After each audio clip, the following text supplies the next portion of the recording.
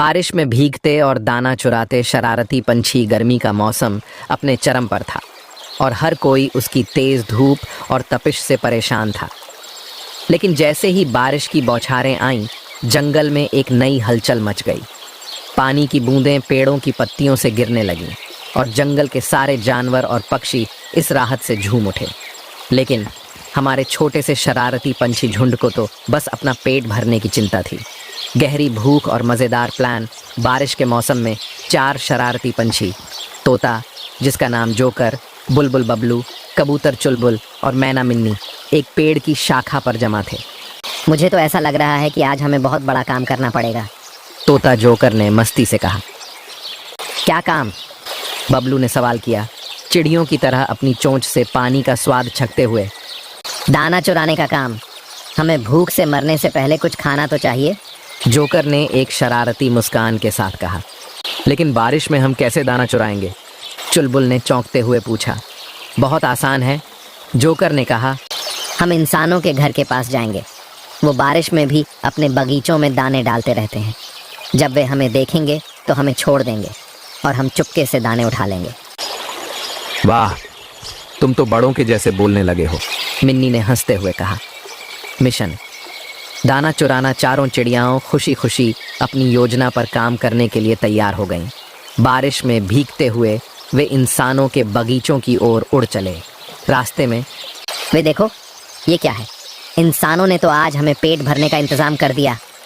Joker ने हंसी में कहा। यही तो है, पर हमें तो शरारत के साथ दाना चुराना है। पहली शरारत नाकाम चोरी। चारों चिड़ियों ने चुपके से दानों की ओर बढ़ना शुरू किया।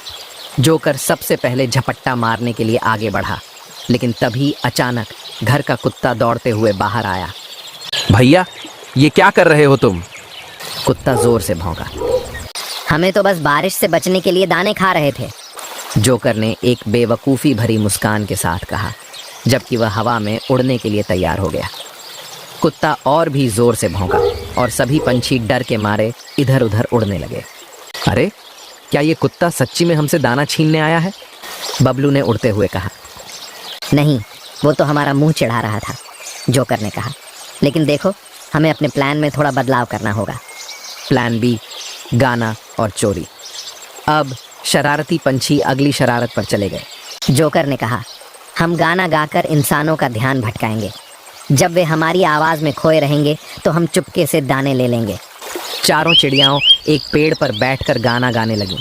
उनकी आवाज़ इतनी मीठी थी कि पास पड़ोस के बच्चे और बगीचे के लोग आकर उन्हें सुनने लगे। क्या बात है, ये तो बहुत अच्छा गा रहे हैं, एक आदमी ने कहा। ये तो मज़ेदार है, एक बच्ची ने कहा। इंसान इतने ध्यान से गाने सुन रहे थे कि किसी ने भी बगीचे में बिखरे दानों पर ध्यान नहीं दिया। अब यह मौका था और सभी पंछियों ने बिना देर किए दाने उठाना शुरू कर दिया। आखिरी झटका और पंछियों की हंसी जैसे ही चारों चिड़ियाओं दाने उठा रही थीं, तभी अचानक एक बड़ा बरसाती कीड़ा बगीचे के बीचों बीच गिरा। सभी पंछियों ने देखा और तुरंत उसे खाने के लिए दौड़ पड़े। लेकिन जैसे ही उन्होंने उस कीड़े को पकड़ने की कोशिश की, कीड़ा जमीन पर से फिसलकर एक छोटे से तालाब में गिर गया। हमें नहीं लगता था कि कीड़ा इतना शरारती होगा, चुलबुल ने जोर से हंसते हुए कहा। अब ये क्या किया?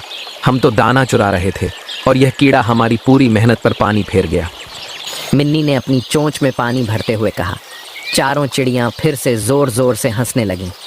जंगल की वापसी और खुशी, शरारतों से भरी यह बारिश वाली कहानी खत्म होने के बाद पंछी जंगल की ओर लौट आए। वे पूरी तरह से भीग चुके थे, लेकिन उनके चेहरों पर हंसी और खुशियां थीं। आखिरकार हम भूख से बच गए, जोकर ने खुशी से कहा। सर्दी में कुछ अच्छा किया और बारिश में मज़ा भी आया, बबलू ने कहा। लेकिन अगले बार हमें और भी सोच समझकर काम करना होगा, मिन्नी ने कहा। चारों चिड़ियां अब समझ चुकी थीं कि कभी भी मौसम, भूख और शरारतें एक साथ आ सकती हैं, लेकिन दोस्ती और हंसी से वे किसी भी मुश्किल का सामना कर सकती थीं।